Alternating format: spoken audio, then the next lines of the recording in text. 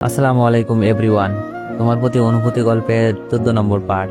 নীলা আপু বলল, অনেক বুঝলাম না, প্রেম করবা তুমি, রাতুল ভাই খাওয়াবে মানে? নীলা আপুর কথা শুনে মাথায় আকাশ ভেঙে পড়ল। আবার কি উপকার করতে গিয়ে বিপদে পড়লাম নাকি? আমি বললাম, আপু আপনি চিঠিটা ঠিক মতো পড়ছেন তো? আপু বলল, কেন? আমি বললাম, মনে হচ্ছে আপনার কথা ভুল হচ্ছে, আবার একটু দেখুন তো প্লিজ।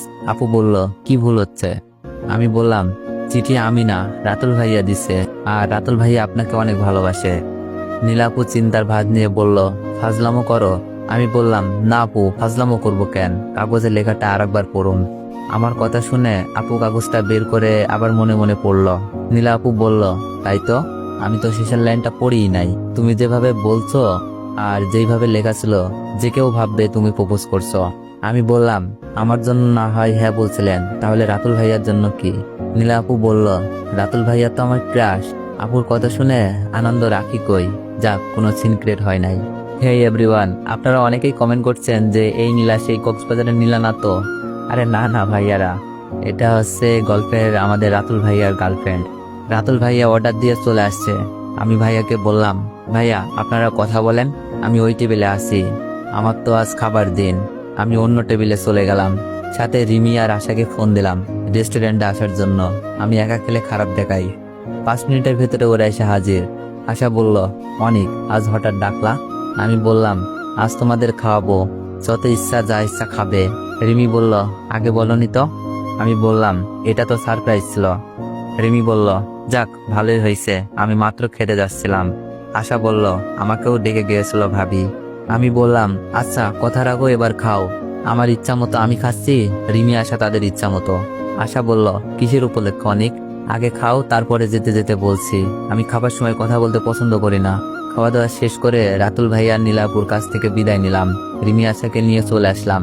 আমাদের বিল মিনিমাম 5,000 মতো হবেই। ভাইয়া হয়তো এতটা আশা করে নাই, আর আমাদের দিকে তাকানোর সময় ছিল না, কারণ প্রেমে ডুবেছিল। হয়তো রিমি আশাকে দেখেই নাই। রেস্টুরেন্ট থেকে বের হয়ে হেঁটেই চলছি। আশা বলল, অনেক বললা না তো কিসের উপলক্ষে ট্রিট দিলা? আমি বললাম, ও বলা তো হয় নাই, আমাকে দেখলা না একটা আপু আর একটা ভাইয়ার সাথে কথা বলে চলে আসলাম। রিমি বলল, ওরা কারা? আমি হেসে হেসে বললাম, অফিসের বড় ভাই আর বড় আপু, তাদের প্রেমের ঘটক ছিলাম আমি।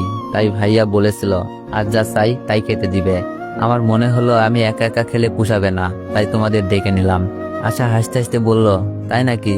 যেই খাবার খাইছি আজ বিল আসবে 5,000। রিমি বলল, অনেক এটা ঠিক করো নাই, রিমির চোখে বেঠিক হয়ে গেলাম। আমি বললাম, কেন? আমরা তো জোর করে খাই নাই, আমাদের খাওয়াইছে।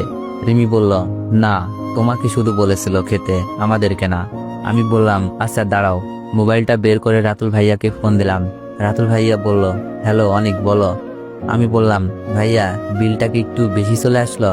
রাতুল ভাইয়া বলল, আরে যেই কাজ করে দিছিস, আরো একদিন ইচ্ছা মতো খাইস, সমস্যা নাই, কিন্তু তুই এত খাবার খেলি কি করে? আমি বললাম, সরি ভাইয়া, আপনাকে বলা হয় নাই, সাথে গার্লফ্রেন্ড আর বান্ধবী ছিল। রাতুল ভাইয়া বলল, আমার সাথে দেখা করাসনি কেন? আমি বললাম, আপনি তো নীলাপুর সাথে প্রেম করছিলেন। রাতুল ভাইয়া বলল, আচ্ছা একদিন দেখা করাস। আমি বললাম, আচ্ছা ভাইয়া, বাই, পরে কথা হবে।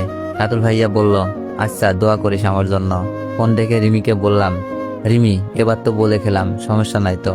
রিমি বলল, ঠিক আছে, এবার চলো। আশাদের বাসার সামনে চলে এসেছি। আশা বলল, অনেক চল, ভাবির সাথে দেখা করে আসবি। আশা তাদের বাসায় নিয়ে যেতে চাইলো। আমি বললাম, আজ না, অন্যদিন, আজ পেট ভরে আছে। আশা বলল, তোরা তো দেখা করবি, খেতে কে বলছে? শুধু দেখা করলে হবে?